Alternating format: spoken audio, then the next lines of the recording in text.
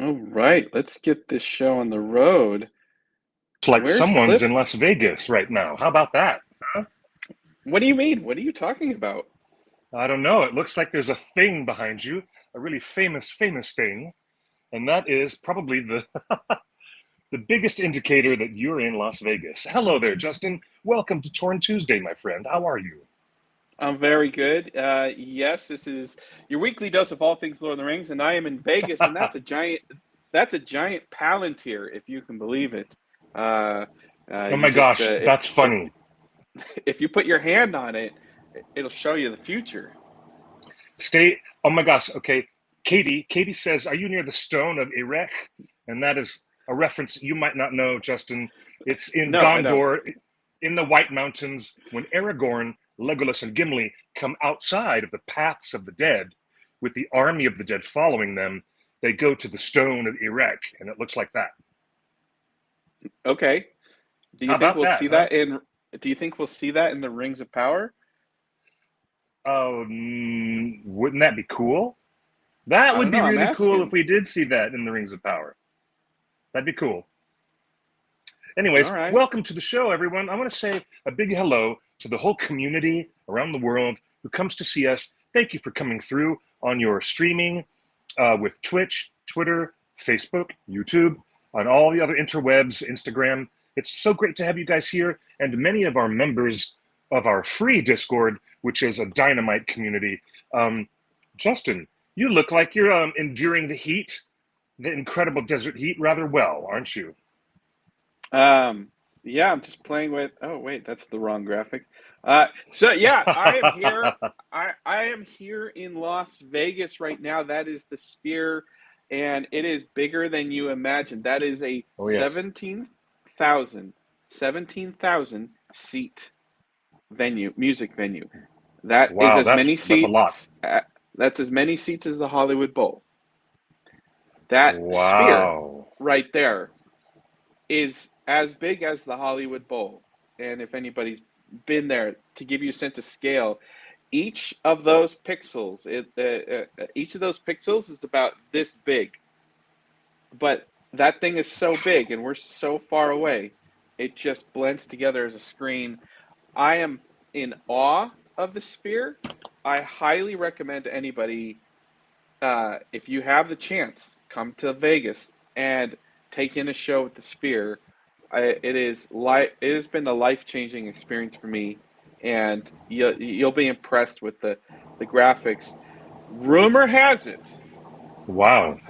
What am I allowed to say? Rumor has it that the Sphere is currently engaged with studios like Disney and Warner Brothers to adapt their popular film libraries into a spherical format. That way, the audience will look around and see many things inside the sphere that is outside the original frame of what was shot, right? So the question is, Cliff, the first through the first two movies that are going to be in this format are Wizard of Oz from our friends at Warner Brothers How cool is and that? The Matrix from our friends at Warner Brothers. So let me ask you this, Cliff, how would you like to see Lord of the Rings adapted for a full 180-degree dome experience? Do you want a rectangle with like a bunch of filigree on the side, or would you like it zoomed in and Wow. you're closer to the action? What an interesting concept. Um, I would be down to experience any like sensory deprivation thing like that because I put the equivalent of being in a sensory deprivation tank. That's what it's like being inside inside the sphere. You're just completely immersed. Maybe the term is sensory immersion, not sensory deprivation. Maybe it's the opposite of what I meant to say. But yeah, you know what? The answer is an unequivocal yes. I would like to see the sphere being utilized in such well, in such a novel way. That's a rather novel idea. I love that. What? Sounds But cool to me. here's the caveat, Cliff. The only way to efficiently expand the frame of Lord of the Rings into a Hmm. full half circle I see where we're going with this conversation already. Yes. is using the magic power of AI to extend people's torsos and legs to the bottom, to extend the frame to the side. So if Peter Jackson oversaw a and we know that he loves AI. He won Emmys, and he won Emmys for using AI in the Beatles movies. So the question for you: would you be okay with AI being used to expand Lord of the Rings into a spherical format? Um, I get a funny feeling that it doesn't really matter my level of approval. It's going to happen anyways. So I got a feeling that it's going to be pretty cool when they do it. I mean, they've already talked about how precisely they've already used this technology for the Wizard of Oz, and they've talked about that at length already. So I would not be surprised at all, and it's totally cool with me if they're going to do that. But it's not for any other purpose except to see it at the Sphere. And let's go to the chat where Durin the Seventh, welcome to the chat, says, "Call me when they make a 3D cube holographic TV for my living room."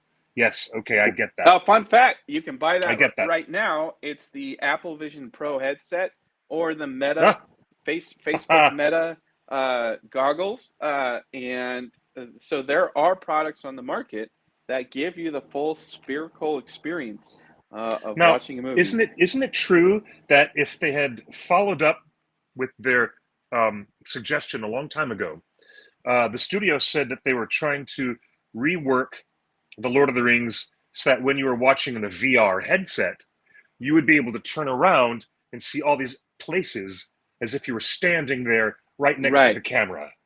So, is this not exactly the same technology? It might be. Maybe. Well, that's the future. I'm also here in Las Vegas, Cliff, because Hollywood Licensing Expo is currently happening in here, and Warner Brothers had Ooh, a okay, big presentation yesterday cool. evening talking about all of their new films, their classic films, and where they think the opportunities are for licensing. And when we talk licensing, we're talking about merch, we're talking about toys, we're talking apparel, we're talking Hmm. collaborations, we're Hmm. talking sphere licensing, like all the uses um, for Lord of the Rings. So and all Warner Brothers properties. And I believe their booth at the trade show has a little Gollum figure on Oh, display. cool. The question is, Cliff, how much Gollum merch do you really want with Peter Jackson's and Andy Serkis's new movie? Ask that again. I want to make How sure I much understand. how much merch, Gollum merch, do you really want? Hunt? You mean the Hunt for Gollum that's going to come out Yeah. in 2 years? I want all the merch, all of it, because Really? the rings Why of you the want rings of Gollum the merch? rings of power has left a vacuum. They've left a Mm. distinct vacuum in the marketplace without any merchandise, and they're already filming their third season, or they're about to start. But I'm telling you, if the Hunt for Gollum could come out with really cool new character figures and new T-shirts that are really distinct, and maybe even a What really what cool can, board game, what can I you would do love with that. That'd be Gollum? great. A board game? Oh, interesting. But isn't there a ton I'm of all Gollum about that. You plushies? There's already Gollum merch out there. What more do we need? well, there's a lot of other characters in the film besides just Smeagol. And So yeah, they all have toys and merch. They all have toys and merch. yeah, yeah. Name But me this is one new character that you expect in the Hunt for Gollum that we've never seen Glorfindel, before. the great Mm, elf lord Glorfindel. Wouldn't that be mm. awesome to have him as a new action figure? There are new board games that could be styled, and they don't have to be immediately designed around the War of the Ring. They've already got that. I mean, there's the recent Ravensburger publication of the Lord of the Rings storybook board game. which is very popular. And of course, there's the Journeys in Middle Earth from Fantasy Flight Games, an excellent, excellent But tabletop Cliff, game, one of look my at this favorites. comment right here. But Dan Bites what says about Gollum something is specific to the hunt for Gollum? You know? No, look, Dan's got it right. I agree with Dan here. Gollum is probably the best written character in Lord of the Rings, but I don't want merch of him. And that's okay too. And that's fine. That's totally cool But too. you disagree. You want all the merch. You want Hunt for Gollum board games. You want if you give me a Smeagol electric toothbrush where it's printed on the side, we only has 6, I would be the first person in line to buy that electric toothbrush. The joke that Smeagol only has 6 teeth. You know, I'm ready for all the good stuff, whether it's offbeat, funny, or just, you know, standard things. What about wall calendars? What about printed artworks? What Who about has calendars anymore? I have a phone with my calendar. I do. I have oh my gosh. You keep calendars every year. Oh my gosh. You're so cute. You're oh my gosh. Why time. wouldn't you want a wall calendar of J.R.R. Tolkien? Why wouldn't you want that? That is okay. I'm not even going to argue. I don't. All right. Well, licensing expo is happening. I do. Look, licensing expo is happening. There's no news on the movie Hunt for Gollum, and there's no new news from Warner Brothers at all, other than they still have the Lord of the Rings, and they still want licensing and merch based around the Peter Jackson movies. And so who knows what will come up. But we got a bunch of news, Cliff. Let's jump into the news, shall we? I'm so glad that you're here with us today, Justin. I know you're traveling and doing a lot of stuff beyond state lines. Yeah, so thank you for pulling it together. Let's get to the lead news stories right now, right here. Well, Kids' Choice Awards. Now, this is a big congratulations to Rings of Power, but it's also a little bit of a head scratcher. Come on, Justin, give us some context. Cliff? Why? This is a head scratcher. It really is. Say with a straight face. The only you need to award. Give the audience the context. Okay. As we've been reporting, Rings of Power is trying to get nominated for an Emmy Award and anything else that it can put in the trophy case. Yes. And they've had a bunch of screenings and panels over the last couple of weeks, which you have attended, Cliff. And I wish we could have seen Celebrimbor's Forge and all the costumes on display, but we'll accept those at Comic-Con, Amazon, if you're watching. So congrats to Rings of Power for getting nominated for favorite family TV show. Family TV show? Rings of Power is nominated for a family TV show? That's Cliff. That's what makes me wonder. Didn't Celebrimbor die a violent death? What? Oh my God! You're making me laugh. Oh my God!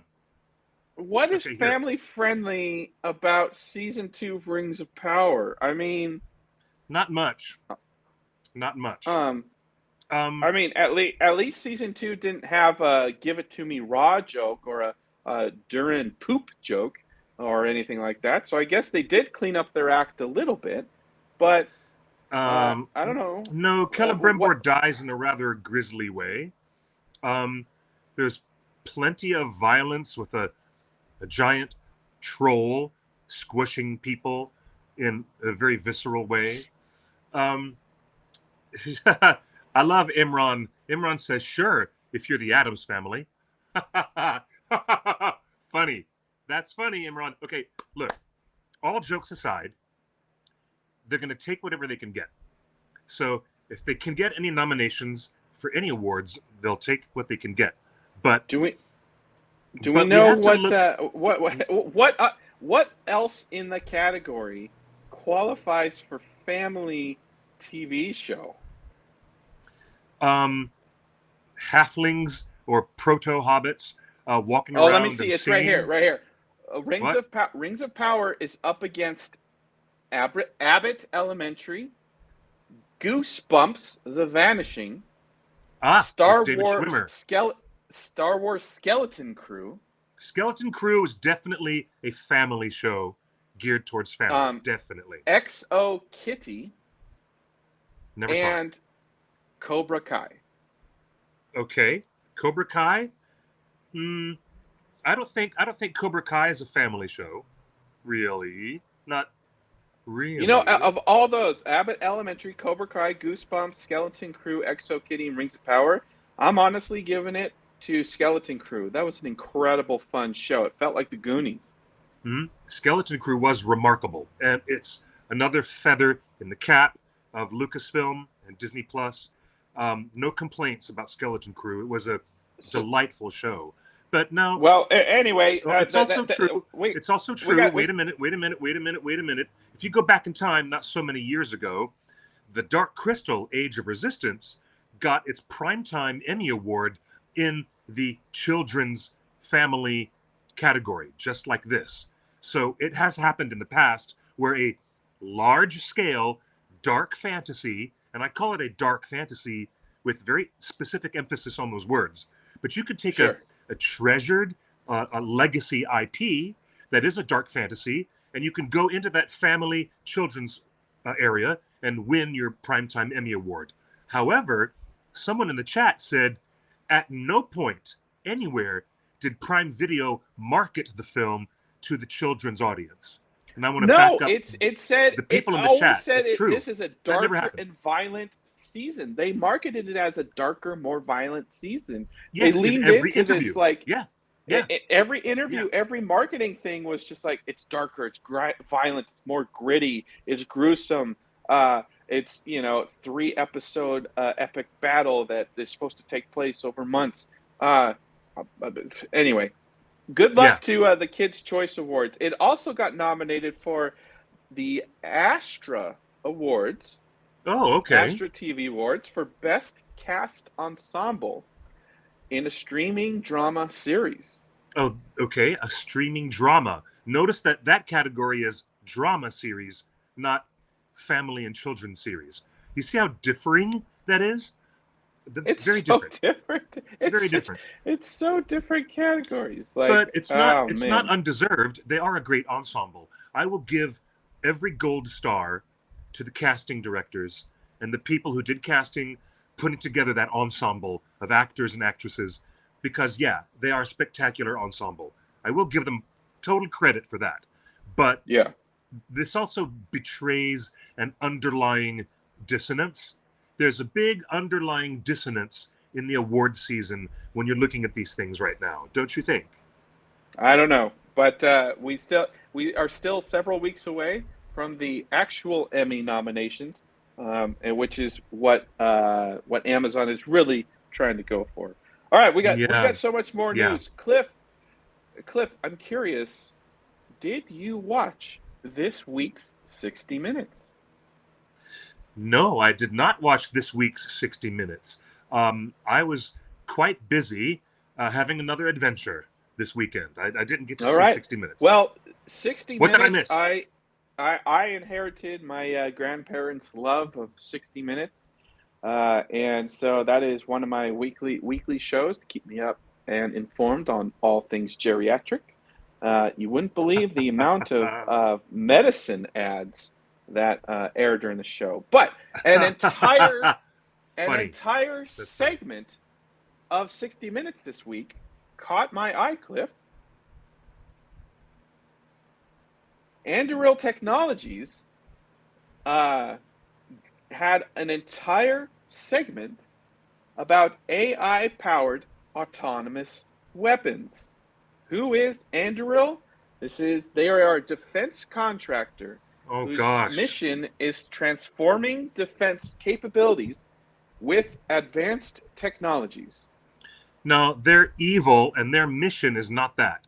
Their mission statement is to get our personal information and to weaponize No, our personal that's information. Palantir. You're getting ahead of us. Oh, Palantir okay, is a that's different company. Palantir. Okay, that's Palantir. So That's Anduril Palantir. All is right. All right. and Sorry. so the question I have for you, Cliff, I looked all over this website and I don't see any trademark information or under license from Middle Earth or Warner Brothers or the Tolkien estate.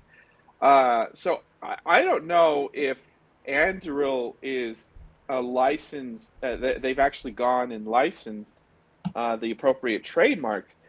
but I believe Anduril is an original creation of J.R.R. Tolkien. Like he invented that word, right? He did. And if this company has not properly licensed the term, then the Tolkien estate should sue the pants off of them. Big lawsuit. It, Hire and, some lawyers, guys. and for any casuals watching the show, Anduril is the sword reforged from the shards of Narsil that Yes. Elrond presents to Aragorn as he enters the final battlefield in Return of the King. Elrond gives him the sword. Let me ask you this, Cliff. For a defense contract company that is transforming capabilities with advanced technology, doesn't that Hmm. describe Anduril, the sword? No, this is highly suspect language that is meant to obfuscate. This is obfuscation. They're using this type of language to make less clear what they're really doing with this technology. And looking there at the chat, hello Katie, it says that actually the lovely Dr. Christine Larson touched on this in her keynote presentation at the very recent Westmoot that just happened last week. Fascinating. So it got me thinking, Cliff. Mm, Should mm. is Anduril? So yeah, is Anduril a good name for a weapons company? I mean, Anduril is literally a weapon. So doesn't it make sense? Is this a weapons company or is this a defense? Is this an intellectual data gathering I don't know. company? That's an autonomous AI driven missile that bombs people from the comfort of your own home. I'd call that a weapon. You know what? That reminds me of a scene in Terry Gilliam's seminal fantasy, The Adventures of Baron Munchausen, where they meet the god of war. And in a very typical Monty Python fashion, he describes exactly what you just said. We don't have to worry about, swords and fighting people face to face. The next weapon we're making is just where you can sit at home and obliterate your enemy in the comfort of your own living room with just the press of a button. And So yeah, there's the that's video of it in action. you know what? If if Professor Tolkien isn't rolling in his grave, I don't know what else would make that happen than this. I This would did be find so dismally disappointing if Professor Tolkien were still alive and he saw this. Just I did wild. I did find a tweet from Anduril Industries that says "Be a menace." Oh dear. Not cool. Not Isn't cool that, at all. but Not cool. isn't that what Elrond tells Aragorn? Take this sword and be a menace. Wow. They're right. Imran, Imran Akhtar has correctly said something that I didn't even notice right away. Get a close up on that logo. Can you zoom in on that logo, Justin? Let's It's see here. the pommel, not the helm of Anduril, but that is the pommel of the sword. You're quite right. It is the pommel of the sword. Are you Unbelievable to kidding? me. Unbelievable. Wow. So not only are they using the name, maybe we don't know yet if they've licensed it properly, but they're using the They actual haven't. imagery. They're But using, okay, then they're let's take a illegally look. using the name Anduril, and Wow, there it look at is. that. There's the pommel of the sword. I'm freaking out. That is so. This is not just in bad taste, which is a Peter Jackson reference to another film he made, but this is incredibly shitty taste. Pardon my abusive language, but yeah, wow, that's just wild to me. Wild, wild.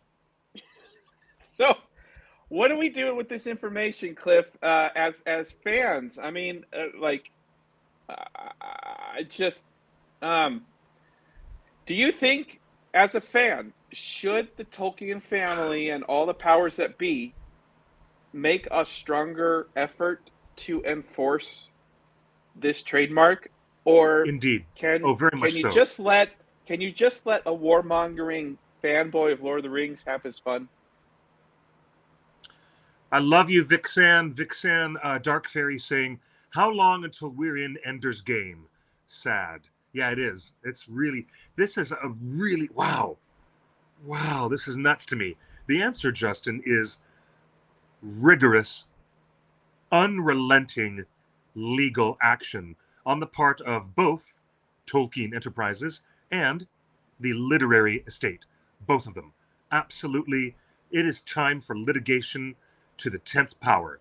That's my personal opinion. I don't have any skin in this game, but that's just one man's little opinion sitting over here in my corner of the interwebs. But well, wow. let's take a look at this opinion. This reminds me when Tolkien spoke about being freaked out that people were making merch out of the One Ring script. He thought it was bad taste because it's evil.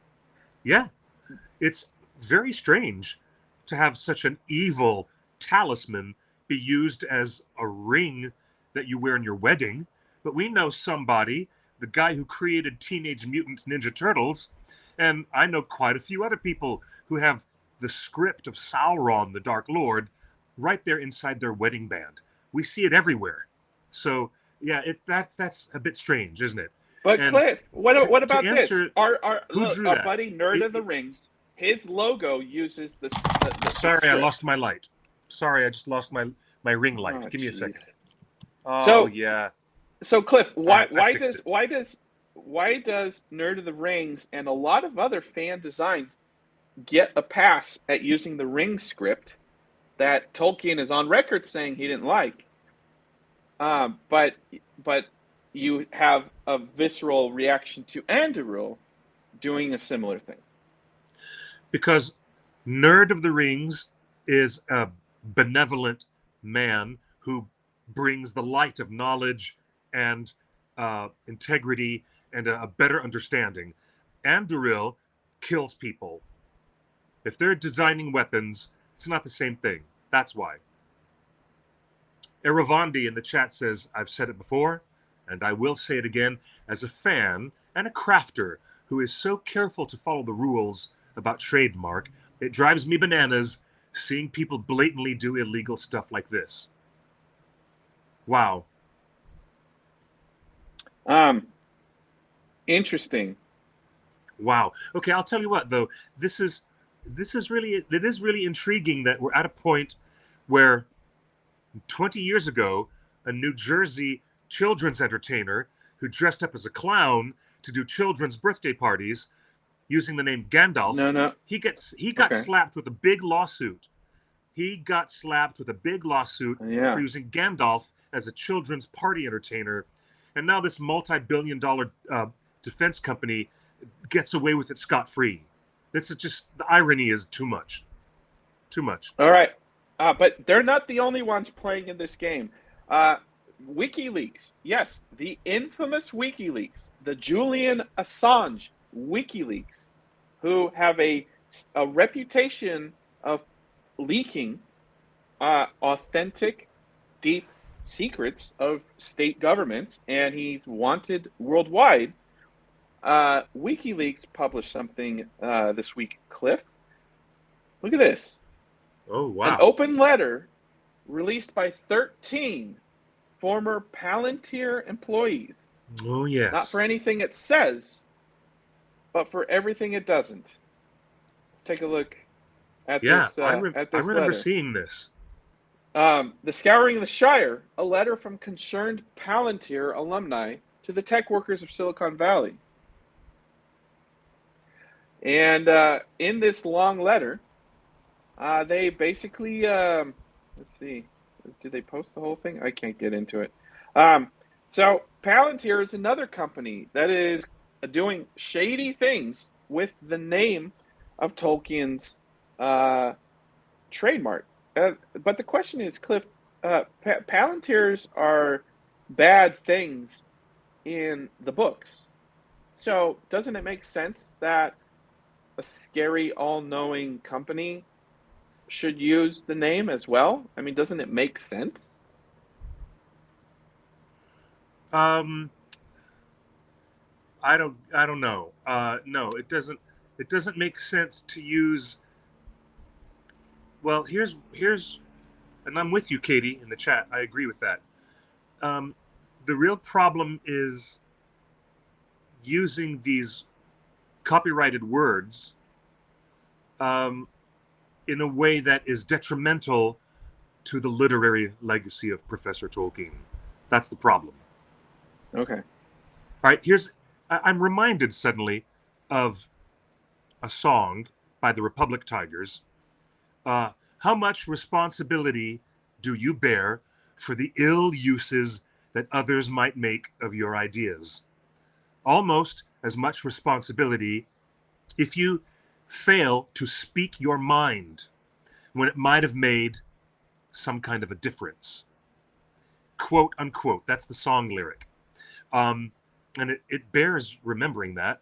I agree, Katie, they're used for ill purposes. This is crazy to me that these people are doing this. But they've got billions of dollars and they're all into their branding. And I see no reason why the Tolkien estate and even the Embracer Group, which is the holding company that now is running Tolkien Enterprises instead of the Sol Zantz company, I really think it's time for them to step up to the plate with litigation. Really, I do. That's an expensive thing. Is it now? But it's worth it. Okay. And yeah, so much has been done to protect Tolkien's literary legacy. So much has been done. Why stop now? Christopher spent his entire life protecting his father's legacy. I mean, it was as important as publishing new books and editing his father's works. Christopher's life's work was protecting his father's legacy. Mm-hmm. So, yes, indeed. Interesting. All right, indeed. Dude, let's lighten the mood. I'm glad the fans. We're just here to report the news every week on Torn Tuesday. We want to keep you informed of what's going on. And if your parents or grandparents tune in to 60 Minutes and they see Anduril and they're like, "Oh, like the sword in Lord of the Rings," I want you guys to be informed, to talk to your family and say that's actually very gross, and no one should laugh or like that. Thank you, Lastwen, in the chat. Very good that Lastwen said that. They're quite likely using names that will give them a better image than what the company's main intent might be. Yes, absolutely. Good point. And I think it is a gross misrepresentation of the lore of this literature. You guys, we come here every week on Tuesday to talk about popular culture and the way that the Lord of the Rings and the Silmarillion and the Hobbit are being absorbed and then readdressed by pop culture and all the creative people who are working in this realm. But it's also newsworthy and, to me, deeply concerning that anybody would forget this is not a popular culture legacy. This is a literature legacy. This is about one man's life and how he spent his entire life working so diligently and so hard over his many years on this earth to create something so expansive, a cosmology, languages, many languages, and intimate histories of all the peoples of Middle Earth.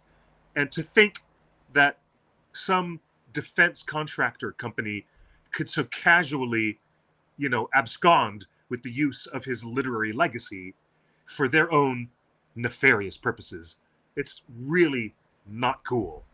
And I think it's also our job as commentators, as discussing the world of Tolkien, that we keep in mind his literary legacy first and foremost before anything else. Absolutely. That's my priority. Absolutely. But I also want to say that Palmer Luckey, Peter Thiel, and Vice President J.D. Vance are authentically huge Lord of the Rings fans. They're big Lord of the Rings fans. And they missed the bloody point. and they missed the bloody point. Mm. They really did. All right, let's lighten the mood, Cliff. We got some good news now.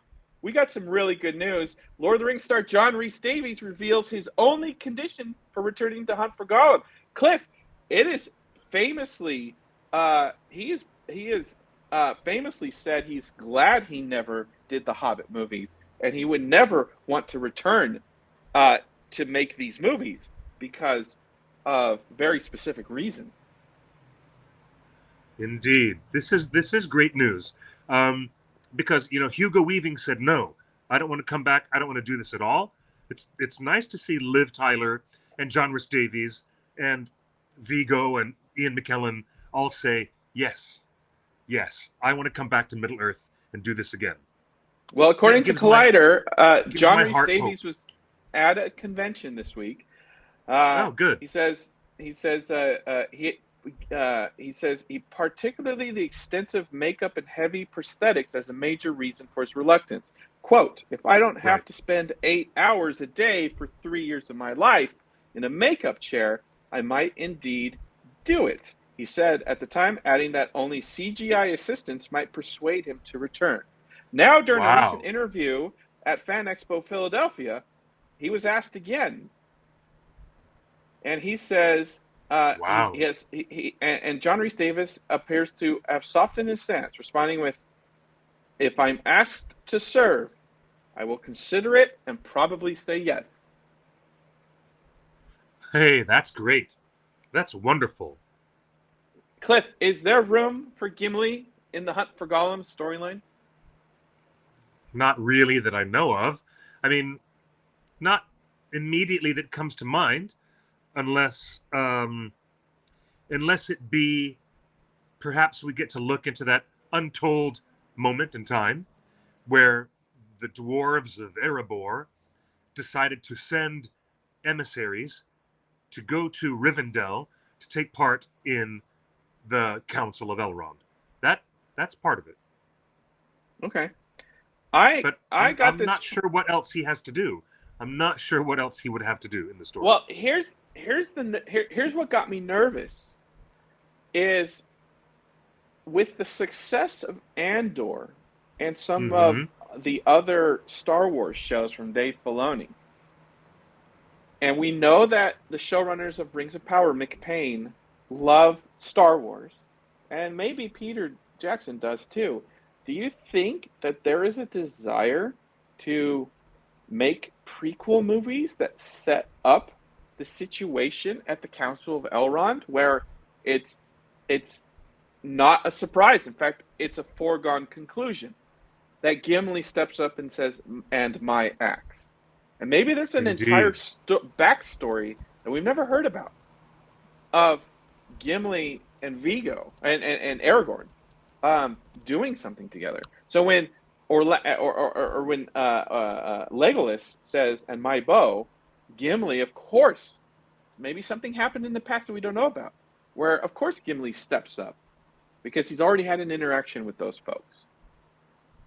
Would you like that connective tissue? Yeah, that would be super cool. Um, do you know it I also don't know represents? about that. I don't know about that, but Well, there's an opportunity for many. There's a whole lot of a whole lot of storytelling that can happen here. Um, what I'm interested in looking at is uh, it wasn't only Gimli who showed up at the Council of Elrond. It was yeah, there also were his multiple father. there were His multiple dwarves there, and you see them in the Yeah, movies. yeah. Well, his father Glowing was at the Council of Elrond, and we had him in the Hobbit, so we could have both father and son, Gimli and Glowing, who originally was in Thorin's traveling company in the Who Hobbit. played We could have both of who them at played the council. Glowing in The Hobbit? Peter Thank you. Hamilton. That's right. Yeah, T.D. Matthew. Intrigued by this, right? I think Star Wars has a hit and miss ratio that we won't get into on making connective tissues It was uh, to earlier stories. But I think there's something interesting about Well, let me ask you this, Cliff. Yes. If Peter Jackson and Andy Serkis create a bunch of backstories that make the Council of Elrond and the formation of the Fellowship a foregone conclusion, does that ruin the surprise emotion of that scene? No, not necessarily. No. You can do what Andor did and do a style of writing in your approach that makes what you know is going to happen even more profound. Everybody is online saying how much better Rogue One is now that they've had 2 seasons of Andor to fill in the elements of these characters and the story before we get to Rogue One. I think, yeah, I think it is quite possible, and there's a proven track record with Andor that you can do this kind of prequel writing style that makes the inevitable not just something you have to crash into. It's like, oh yeah, we know it's a narrative inevitability that they're going to get where they get with the Council of Elrond, but you can make it more resonant, more profound, and more intriguing by giving other characters a backstory of what motivates them and gets them to where they are in the Fellowship of the Ring. So yeah, And you know, it's and you know what, you know what I find fascinating about Andor is that I I immediately watched Rogue One after finishing Andor, and it Rogue One does play like a different movie now. You have all this backstory of this the character in Rogue One, and so when he says things, when he says things that like you don't know what I've sacrificed, when he says things like rebellions are built on hope, you know, when you see hear and see these things in Rogue One, they haven't lost their luster. In fact, they're stronger than ever because now we yeah, know this extended backstory of how that character got to that point in Rogue One where he's on the yeah, beach holding a friend, and not a love interest, a friend yeah, exactly, who exactly, who are sacrificing themselves for the rebellion yeah, voluntarily. And so Andor did such a good job telling that backstory that none of that excitement in Rogue One is lessened. In fact, it's elevated even more. And that's what I want out of Hunt for Gollum. mm-hmm. I If Peter Jackson and Andy Serkis choose to go down this path, it would be so interesting to by the time you get to the Council of Elrond and when Gimli says, "And my axe," and we have 2 hours of backstory that support that line and that sacrifice.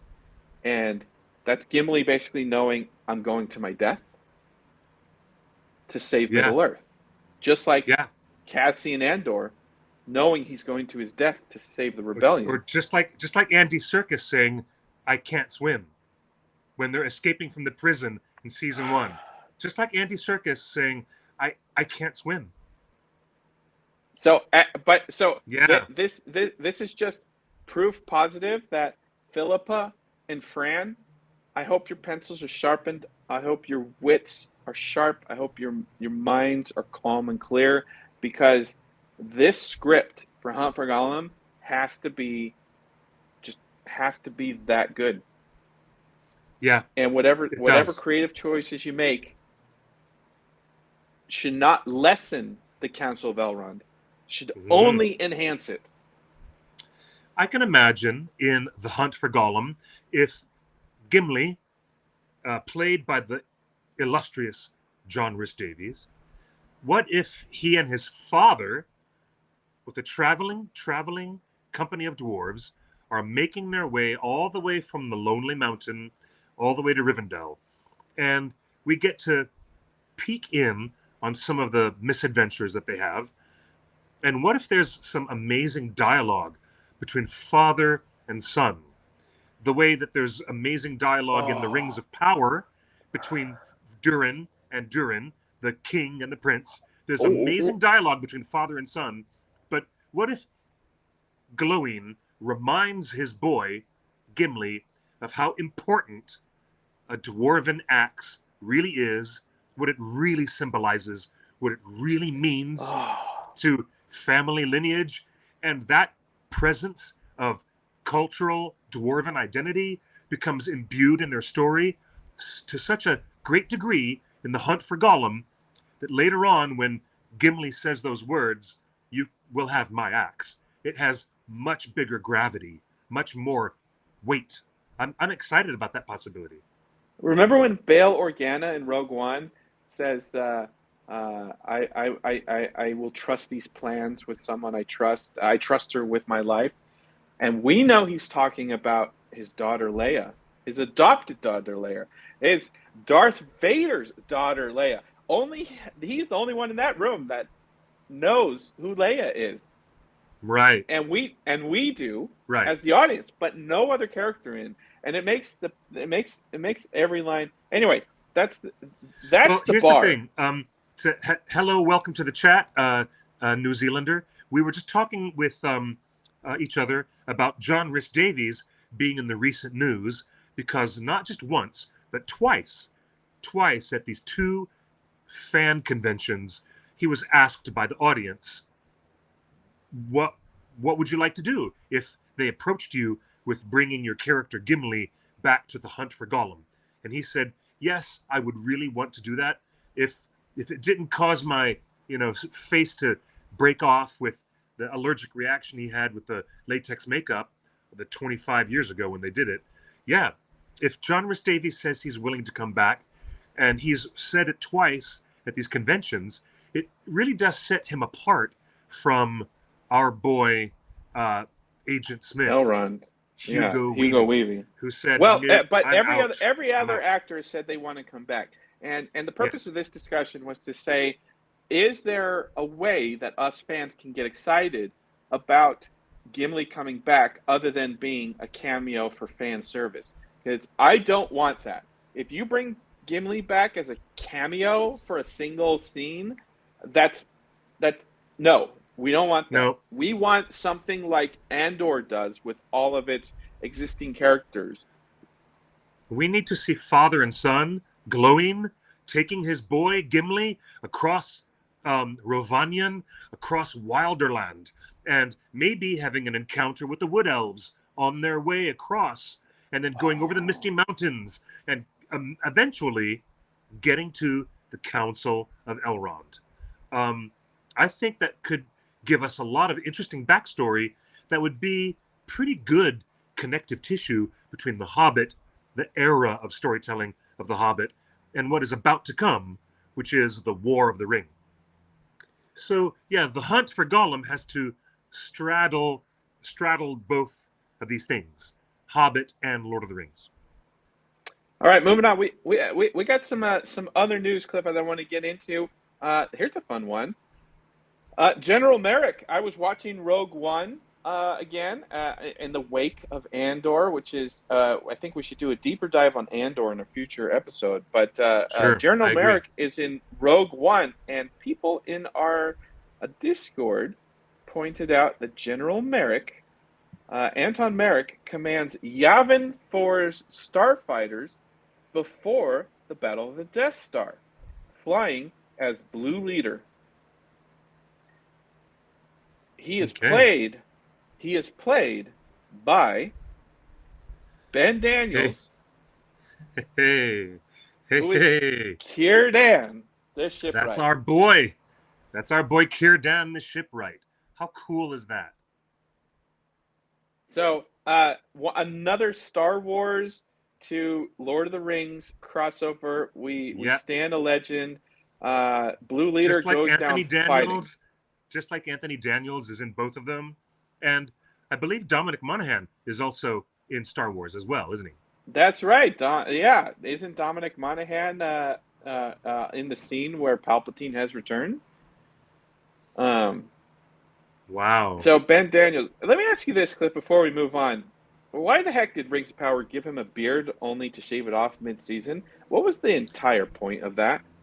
I well, we've talked about this at least once before, and I only have one brief speculation. Uh, yeah, I need to say this carefully. There is no reason. There's no discernible reason, but I would like to venture a guess.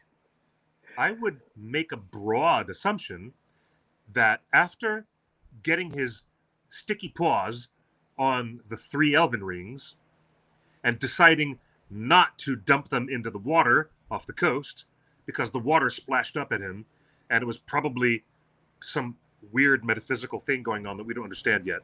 But maybe he decided to shave because holding one of the rings in his hands, and actually he decided to put one on, which was the ring of fire. That would be Narya, the same ring that he will ultimately give to Grand Elf. See what I did there? Grand Elf? Maybe he shaved because he suddenly felt youthful again because of the ring's influence on him. Otherwise, we don't know why. And then the show never explains it. They do not explain it at all. It's almost like the show was being antagonistic to fans on purpose. It's like the showrunner said, "Oh, this will get the fans talking," and it's like that serves no purpose for anything in the show. You wasted valuable screen time. Uh, yeah. Anyway, we don't need to Yeah, litigate that anymore. Cliff, yeah, we don't. I do want But to. I yeah, do want to. Our okay, main conversation. I do want to get into this because over the last few weeks we keep hinting at it, but we never got into a good discussion. okay. Who is Galadriel's husband, Celeborn? And before I go into what the fans have been saying over the last couple weeks, um, I will give you the floor here. Please tell Oh me dear. why you think Celeborn needs to be in Rings of Power.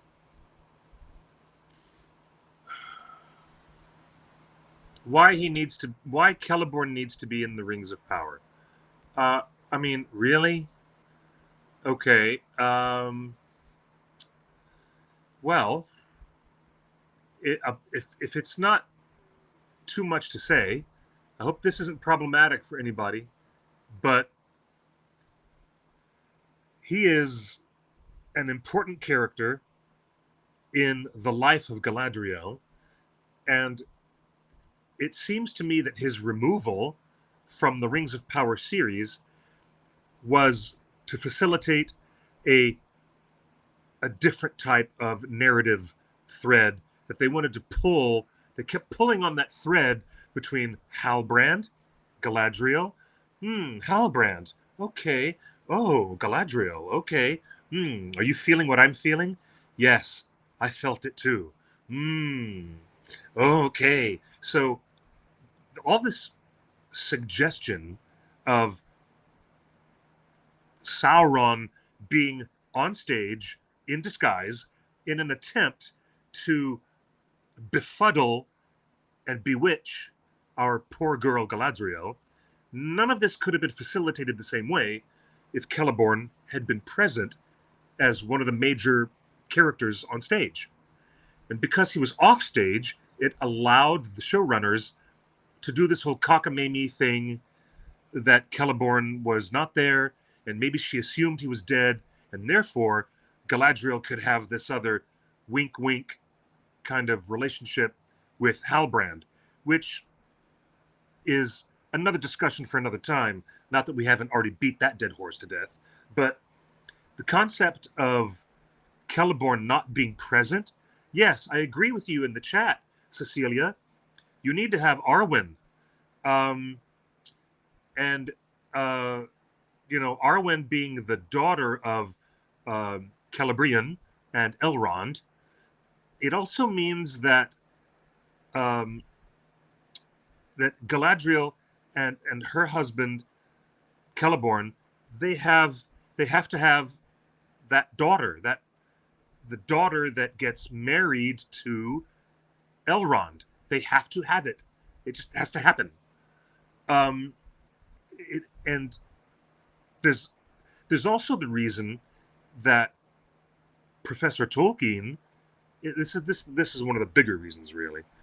Professor Tolkien never ever said that Celeborn had disappeared and that Galadriel made the assumption that she was a widow for centuries. That never happened. That never happened. And even more important, it was not Galadriel who got duped by Sauron slash Halbrand slash Anatar, whatever disguise of the moment he's putting on. Galadriel was never duped. She was never fooled by Sauron. And so there is a lot of resentment, and that is the truth of it. There's a big chunk of fandom which resents the use of an important character being taken off stage just so they can advance these other false threads of a story that never actually happened in the Second Age. It seems rather nutty to me, rather nutty. So that's why Celeborn needs to be there. He really does. All right. And all right. yeah, and I've got let's get a it. lot of money. I've got a lot of money that I'm betting. I called my bookie in Las Vegas. Speaking of Las Vegas, I called my bookie and I put a big bet on, hey, season 3, Celeborn, he's coming back. Put all my money on that bet. And so we'll see if I win or lose. We'll see. So if fans agree with you because newly casted actor Jamie Campbell Bower, which is their biggest celebrity actor to join the show yet. He is 10 times as popular as the rest of the cast combined. And that's no joke. Right. He's got more followers. He's in Stranger Things. He's a hot commodity. And Indeed. Here he is at MegaCon Orlando wearing a shirt that says Saint Maud. Cliff, what is Saint Maud? I don't know. What is Saint Maud? It is the independent feature starring Morfydd Clark that made her famous. That's right. Saint Maud. That's the movie that she was in. Yeah. Okay. So the movie that put Morfydd Clark on the map as an actress to look out for is Saint Maud. Here is Jamie Campbell Bower wearing a Saint Maud sweater with his beautiful blonde hair. And the rumors that fans have is he is playing Celeborn. He has also gone on the record. He has gone on the record saying he's tired of playing bad guys, and his next big role is going to be a good guy. Wow. Well, you couldn't ask for a better situation than to have a major star come in and play a major character who, quite wrongfully, has been kept off stage the whole time in Rings of Power. That's pretty cool. And I don't think there's any better proof than him wearing a Saint Maud piece of merchandise. That proves everything right there. What a dead giveaway. Here's a brand new fan drawing of Jamie Campbell Bower as Celeborn.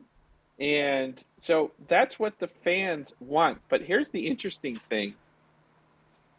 Here, some fans have found some writings from Tolkien of what he talks about Celeborn. And this is interesting, Cliff. Tolkien writes, "Here let there be mention of Celeborn. His name in Sindarin means silver tree, with Galadriel's name meaning Lady of Light. They fit together perfectly. The Lady of Light and the silver tree, of course, brings to mind the 2 trees of Valinor that we saw in the prologue of Rings of Power, Season 1, Episode 1. I love okay, I'm all down for that. Celeborn was also a white tree, a seedling of Galathalon. Whether intended or not, there is similarity. Celeborn and Galadriel Celeborn and Galathalon, the Lady of Light and the Silver Tree, the light in the Silmarils that came from the light of the trees. Even his name in Quenya, Teleporno, still Haha, means funny. silver. Yes. Teleporno means silver in Quenya. So she certainly was the inner light to his silver tree.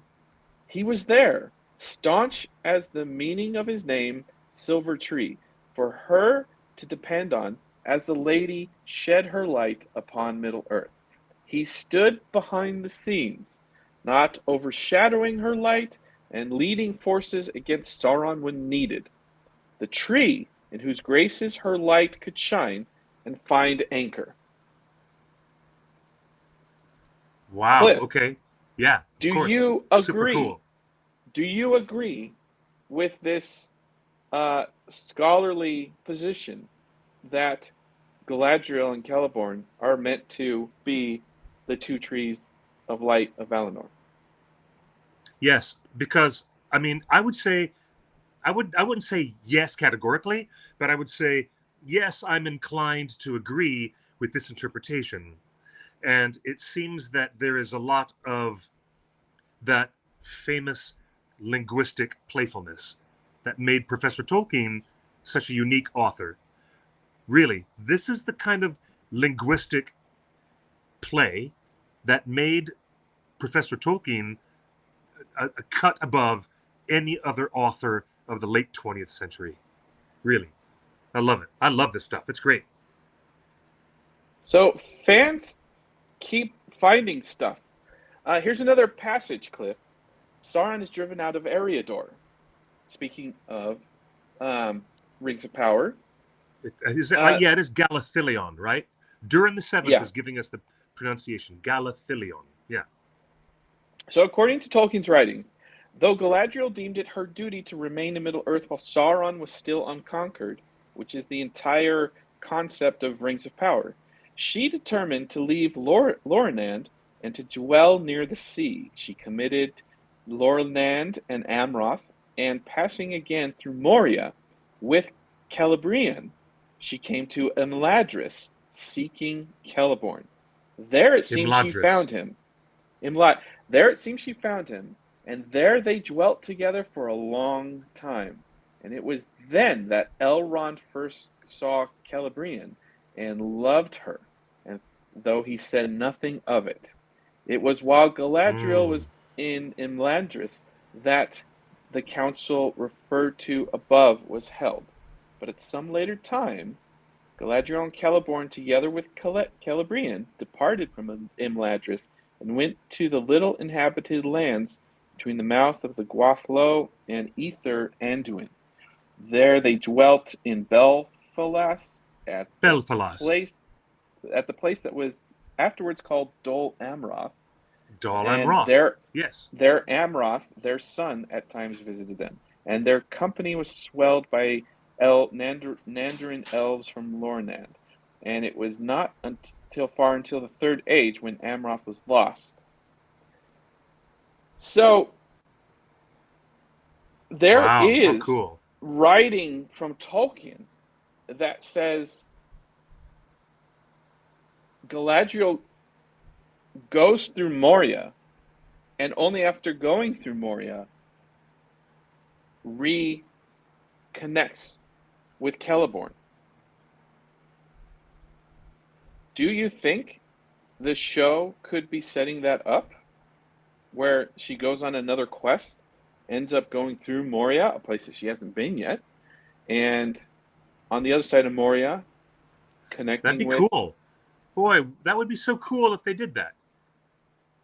Yeah, that would be really neat if they did that. Here's another quote from another part of Tolkien's writings.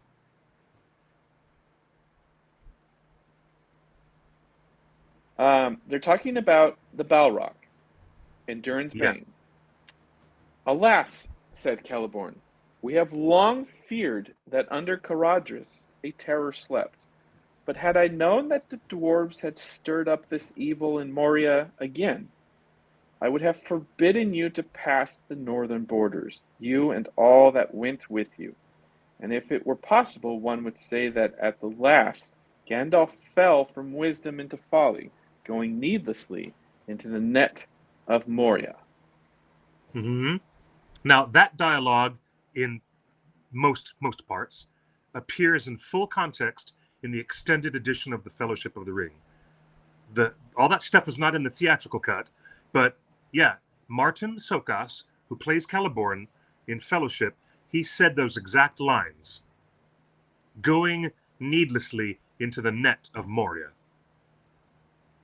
And Galadriel says he would be rash indeed that said that thing. Needless were none of the deeds of Gandalf in life. Those that followed him knew not his mind and cannot report his full purpose. But however it may be with the guide, the followers are blameless. Do not repent of your welcome to the dwarf. Interesting. So here Celeborn is trying to blame Gimli and the dwarves for not telling anybody that they woke up the Balrog. Yeah, and well, in Peter Jackson's film, when Celeborn says this dialogue, there's a very specific cutaway shot to John Rhys Davies, looking really despondent and unhappy about the whole thing. That's right there. In fact, I just saw it last night. I was just watching an extended edition of Fellowship last night, and there's really strong dynamics between what Celeborn is saying in that exact dialogue and the look on John Rhys Davies' face, looking really dejected about the fact that Gandalf's death might actually be properly blamed on the dwarves. And that is heartbreaking, but it's there. It's right there. And it's too bad that it was cut from the theatrical film, but it's there. Here's another quote from a fan. Also, before we go further, keep in mind that Galadriel, out of all of the famous Noldorian elves, Galadriel had a strong relationship with dwarves. She had a very good relationship with dwarves her whole life. She was intrigued, friendly, had great relations with the dwarves. So I'm not surprised that she had some kind of a adventure that made her walk through Khazad-dûm at some point. Not surprised at all. And it would be appropriate for Rings of Power to bring something like that to the fore. That would be totally cool. And then a fan wrote this this week. Let me see if I can bring it up. Though often cast in the shadow of Galadriel's brilliance, Celeborn stands as one of the most quietly powerful and enigmatic figures in Tolkien's Legendarium. I agree with that. A Sindarin prince of Doriath, he carries the ancient wisdom of the First Age, an elf who remembers the world before the sun and the moon, who navigated centuries of lost war and change with steady resolve. Do you agree with that? Absolutely, yeah. Absolutely. Unlike many male leaders in Middle-earth, Celeborn's greatness lies not in dominating others, like Gil-galad does, but his unwavering calm, his deep sense of balance, and his ability to lead beside his equally formidable wife. Yep. Do you agree with that? Yep. Spot on. Fans are drawn to his understated presence. He does not need grand speeches or flashy heroics to command respect. He is the stillness in the heart of Lothlorien, the voice of reason in the face of chaos, and the quiet strategist who helped cleanse Dol Guldur without ever seeking glory. Bingo. Yep. While Galadriel dazzles like the stars, Celeborn is the silver moonlight, cool, ancient, and essential. Oh, this person has a great way with words. Yeah, totally. He is a rare portrait of masculine power that is not loud or performative, but rooted in patience, empathy, and deep time. Yes. That restraint, that longevity, and that quiet strength. Longevity. Are what make him unforgettable to those who see him clearly. Yeah, I quite agree with this. All right, you're familiar with Ridley Scott's Kingdom of Heaven? Yes. Yeah? So just imagine that the character that Martin Sokas played in Kingdom of Heaven the the Crusader, who was the Frenchman. His name was Guy, and Mm-hmm. he was an absolute bombastic idiot. He was evil and um, uh, overly aggressive, and built his character on the charade of false masculinity and masculine power. Is the opposite of Celeborn. Complete polar opposite. So if you watch those movies back to back, you wouldn't believe the absolute brilliant range of Martin Sokas to be able to play this Celeborn that this person has described in this post, uh, and the Crusader Knight in Ridley Scott's famous Kingdom of Heaven. Um, Completely amazing how they contrast each other to this very point. And this is extremely, yeah, I agree. This is some really good writing to help create that understanding of how Celeborn is an excellent counterpoint to Galadriel. So we have fans writing this eloquently. We've got scholarship that says Celeborn's name means silver tree Yeah, to accompany Galadriel's name, meaning Lady of Light. There's a connection to the two trees of Valinor. perhaps, perhaps. Is Jamie Campbell Bower the quiet strategist, the roots of Galadriel's strength? Are is this the right actor and the right character for the right time? Does Celeborn fix the show in a big way, Cliff? Yes, absolutely. This is a time for him to shine. We can actually stop thinking about him as evil Vecna in the Upside Down, and a chance to think of him in a completely different light. I think that is an excellent casting choice. And if he's wearing that Saint Maud shirt, that's confirmation, dude. It's right there. We have our Celeborn. It's so funny. But I'm reminded a couple of years ago, we were looking at that other actor's headshot, and he plays one of these other elves. And we did this digital swipe on his face to Martin Sokas's face, and we're like, oh, look, it's exactly like him. And we were convinced at the time that he was going to be our boy Celeborn, but Yeah, we were wrong. We were wrong about that. Callum Lynch, Callum Callum Lynch. Lynch. Yes, that was Uh, him. it looked exactly like Martin Sokas, Yes. and everyone thought, and Callum Lynch in the uh, final edited season 2, Callum Lynch was a no-name elf that just dies really quickly. He was a nothing burger, That's a right. useless A no-name elf character. who dies way too quickly. Yes. Callum ended up being a useless character that didn't further the story. And in my opinion, it's inappropriate for Amazon to continue not telling us who these actors are playing. It's unfair to the fans and it's unfair to the actors to allow fans, for the studio to allow fans to fan cast Callum Lynch as Celeborn and now JCB as Celeborn, if that's not the case in the actual show. And I'm Indeed. telling you right Okay. now, Amazon, if he is not Celeborn, and you don't tell us right now, you're going to get bad reviews on season 3. Because we're all walking in with the expectation of everything we just read. Every Yep. fan of this Yep. show is coming into season 3 with the expectation that this man is Celeborn and he is going to save the day and complete Yep. Galadriel's persona. You know what? And At this point, there's no reason for the marketing department to disguise the announcements of their castings. There's no reason at this point.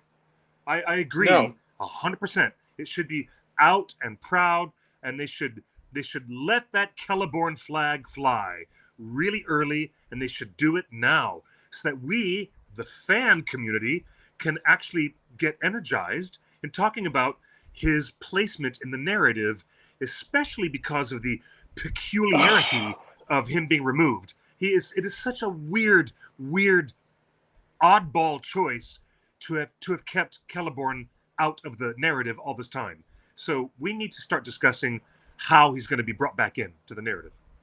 So they should be out with it now. Absolutely. Or you know what, Amazon, email us at theonering.net, and we will announce it at Comic-Con at our panel in July at San Diego Comic-Con. Hey, give us a little scoop. Give us the scoop. Give us the poop scoop. Spartan343 actually says it's him or Glorfindel. And you know what? I gotta sit down for half a minute and say, you might be right. That's just as likely as any other outcome. I mean, I'm sitting here being the strongest advocate for Celeborn, but it's also true, Spartan343, that we don't know what we don't know. So I would say that's just as likely as anything. But Glorfindel coming into the narrative at this point also raises a couple of question marks that are floating above my head like a cloud. I don't know what push and pull Glorfindel would have at this point in the structure of the Rings of Power storyline. I'm not sure yet what that would be like. But it's as likely as anything. Yeah.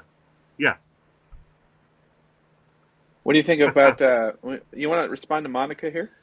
Monica, well, that's all good and well, but the showrunners haven't been picky about sticking to lore/canon. Yeah, that's true, Monica. They've kind of done their own thing. That's what they're doing. Their own unique little thing. Maybe it's a possibility. Maybe Celeborn won't have been in Valinor. Yeah, they might even have changed all that. They might have changed all that too. You know, it would be interesting to have another flashback to Valinor so that we can see Galadriel and Celeborn meeting each other when they were just kids, much younger. And then something of a romantic destiny is laid. The little seeds, the seeds of the idea are there. And then years and years and years later, they meet and they fall in love. That might be cool. Hello, Jackson. Welcome to the show. The Button Lady. Welcome to the show, Button Lady. Amazon has proven over and over again that they don't care what the Tolkien fan community is bothering about. Well, yeah, that's why I don't get myself tied up in a knot. I mean, there's so many other YouTubers out there who really get their knickers in a twist. And at this point, I decided to save myself the stress and save myself the neuroses and the headache and just say, okay, you guys are over there doing your own thing. Fine. Whatever. Do your own thing. Well, Cliff, if look, listen. I mean, no harm, no foul. But yeah, I mean. But let me bring this up. We've got criticize fairly from where I sit. Yeah. Remember this picture? This was the first image ever released for Rings of Power. It was Tirion. It was the light. It's Tirion, the city of Tirion. Yes. It was Light of the Two Trees, and we had a lot of fun trying to guess who that character is. But this was the first time that anyone had put the two trees of light on screen. I would love a flashback. That was kind of a mind-blowing. I'll give them an extra gold star for that. That was mind-blowing to see that. And we were speculating a long time. We had no idea that figure in the center was Finrod Felagund. We had no idea that was him at the point. So imagine instead of Finrod, imagine if this was a scene where adult elves are speaking to their children elves, and one parent says, "Hey, Missy, you see that tree over there? You're named after that tree." And then another parent says, "Hey, son, you see that other tree? You're named after that tree." And what if the entire show of Rings of Power opened with young Galadriel and Celeborn being told that their names are based on the two trees? And then that would be cool. we see the destruction of the trees. And now we have a personal connection to the trees. Like, oh no, the kids were named after them. That potentially sets up the whole show in an interesting way. I wonder if they would do a flashback like that for season 3. Yep, they sure could. And everybody in the chat is correct that in the original canon of the books, they met in Doriath, in Beleriand. That's totally true. That they did meet in Doriath, the original youthful, let's call them the youthful versions of Galadriel and Celeborn. But knowing that Patrick McKay and J.D. Payne are doing their own thing with Rings of Power, they might, stretch and change the threads of where they first met and make it something else entirely. They've already done things like that. So yeah, that's fine too. That's fine. But yeah, I like your idea, Justin, because it gives really interesting linguistic weight to what they're trying to do. Hello, Troy. Thank you. It's Happy Torn Tuesday to you. Good to have everybody here. I just want to give a shout out to everybody in the live chat because they are the best people on Earth. You guys are the best people on Earth or in Middle Earth. Thank you for being part of our show here on theonering.net. Torn Tuesday. It's so fabulous to have you all here. Justin, are you personally still in that position that you were at months ago where you said, I don't need Celeborn to come back. Keep him dead off stage? Because I remember you saying that more than once, dude. Yes, you did say that before. I'm you falling did, for though. What you did. I'm falling I'm for like, Jamie. No. Come on. I'm falling for Jamie. Yeah, well, Jamie can do no wrong. Jamie is a brilliant actor. He's a brilliant actor. He's convincing me. Not only him as an actor. I mean, just look at that cheekbone, man. You can slice cheese with that cheekbone. But he's it's got Claude Frollo. He's got the cheekbones of Judge Frollo from Hunchback of Notre Dame. I can imagine him singing Hellfire, Dark Fire. All of this scholarship so cool from fans to have him that be we've Judge read Frollo. tonight. That'd be cool. All of this scholarship from fans that we've read tonight is incredible, and I'm being sold on the idea of how much Celeborn could fix the show. Let me ask you this, Cliff. Yeah, he'd be an amazing element to bring in. Yeah. What if, for dramatic purposes, what if the show spends a season questioning the actual fatherhood parentage of Celebrian? What if the show decides to make everyone second guess if Celebrian is Halbrand's daughter or Celeborn's daughter? I don't know, but I just suddenly had a brainwave. Season 3 is going to end with pregnant Galadriel. Season 3 of The Rings of Power will end with Galadriel getting ready for motherhood. Bam! That's got to happen. It's got to happen. All right. Well, I'm getting excited. I'm being sold by you guys in the community. I'm being sold on the idea of why Celeborn is relevant, and I do like this idea that his name and her name are the two trees, inspired by the two trees. And so, yeah, Amazon, do us all a favor and please tell us who he's playing. I guess everybody in the live chat is saying, "Gods, please no. That's nightmare fuel. No." Are you guys saying no about him playing Judge Claude Frollo? No, the baby. Is that what you guys are saying no about? No, I thought that was a funny idea. What? But would do? Let me rephrase the question, Cliff. Would you put it past McPayne, the showrunners, to do a silly little dramatic trick of is Sauron her father? Oh, that's what they're saying no about. That's what they're saying no about. Well, guess what? I'm gonna do an executive branch veto. I'm gonna veto that idea, and Everybody in the chat says no. No, I'm you saying don't get a no. veto. No. I'm asking you I get a if veto. Of course I everything get a that veto. you've seen so far of the show, do you think McPain would do something like that? No, they would never do anything to question the lineage of Celebrian.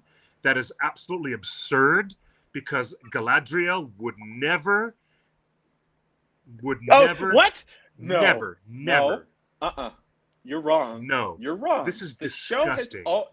The show has already Disgusting. set up that Galadriel No, would she would. no, That was the no. entire arc of This is season one. this is a That this was is the a season quote. one arc. This is where you go to the subreddit. Never have I ever. ... Okay, and this is where Galadriel says, No, "Never you're have I forgetting what the ever." show did. You're forgetting the actual show that we watched. The show itself presents Haladriel as a thing. The show presented Haladriel as a moment of mental manipulation. It was not romantic exploitation. Oh, come It was on. It not was romantic cosmic romance. exploitation. It was It was mental cosmic manipulation. romance. No. No, it was not. No, no. So Bull. you don't I call want bull. I call you don't BS. want the show. You I don't want call the show at BS. all. You don't No. want the show at all to play with the parentage of the Troy, daughter. you're right, Troy. The way is shut. The way is shut. No. It is not happening. All right. The idea is very promising to me. Cliff? Oh, Galadriel would never kiss Elrond? Well, guess what? It was Elrond who kissed Galadriel, Oh, not the other way she around. Kissed back. I'm serious, Suzanne. I love back. you, Suzanne. I love you, Suzanne. But come on, she kissed no, back. no. That's what wait, the it was showrunners already kind of that. messed up that Elrond was kissing his mother-in-law. Cecilia, tell him, no. I love you, Cecilia. All right. The idea that Celebrian gets to come on stage as a character is the tonic that we need to fix the problem created in season 2 where Elrond was kissing Galadriel. You want to fix that problem? Here's the thing. Then you get Celeborn into the stage, you get Galadriel into a moment of motherhood, and you get that little girl, Celebrian, on the tabletop, on stage, so that everybody knows this character exists in Middle-earth, and that is how they fix the problem. That's how they fix the problem. Celeborn may not be the dad, but he's the dad that stepped up. And that's our show for Torn Tuesday. You're terrible. I want to thank everybody for joining us. Terrible. Cliff, thank you for this awesome conversation about Celeborn. I've learned a lot. A little reminder, we told you about all of the defense tech and our opinions on that. We told you that Rings of Power has officially started filming. Wait, did we get there? We got confirmation, Cliff. Check this out. In the new article that's paywalled, here's a little clip of it. Charlie Vickers says cheerfully, calling from the back of a car, whisking him to the set of the next Rings of Power, which is in production, one downstage over, from Bridgerton. So there you go. We got official confirmation that the production of season 3 of Rings of Power has officially begun. It's in writing. They're lensing it right now. So that's really exciting. So there you go. That's all the news that's fit to print. Cliff, thank you for enlightening me on all the things. Okay. Celeborn. Paul, and you're terrible. Paul, you're so funny. You guys are so funny. I can't. You guys are so. No, don't put that up. All right, we have to. Paul, you were very funny. Yes, that was a Lannister moment. One of the best Lannister moments, I guess. You know. Thank you guys for being here. It's fabulous to have you with us on another episode of Torn Tuesday. It's time that we say good night. It has been a rather delightful 90-minute broadcast. Thank you, Justin, for coming to join us all the way from Las Vegas. I can see the position of the sun has gone down much further on the reflection of the sphere behind you. You guys in the chat are the absolute best. please follow us at theonering.net on all social media. Just take out the dot, and you'll find us on all platforms at theonering.net. Me, myself, and I am QuickBeam2000 on Blue Sky and on Instagram. So I'll see you guys there. Justin, are you going to behave yourself this week or not? Look, I couldn't get into the Warner Brothers presentation. I don't know, Warner Brothers, my invite got lost in the mail, but I'm looking Mine forward too, to. evidently. So yeah, I'll be Okay. back next week. But I do recommend going to the Sphere. This thing is so cool. It's just so cool. And How much were the tickets to see U2? Those U2 tickets must have been outrageous to see them No, there. I got them from from legit YouTube fan site, which has a strict Wow. no raising the price policy. So yeah, Oh, that's the cool. U2 shows were amazing, but Wonderful. Cliff, Wonderful. I do think that us fans need to start getting okay with using AI, because I think that Lord of the Rings could be destined to play in the Sphere. And the Okay. only way to fill out that screen Right. is to use some AI. Yeah, I get it. I understand that. I understand that. That's the way of the world that we live in. And that is all the news that's fit to print. You guys, I want to say good night and good luck to all of you. And please look after one another, because we're all we've got right now in these tough times. So, keep your nose clean, keep your eyes on the prize. Have a really great week, everyone.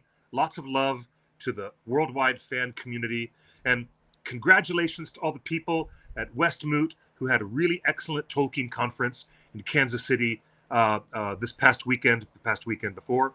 My hat is off to all of you. So good night and good luck.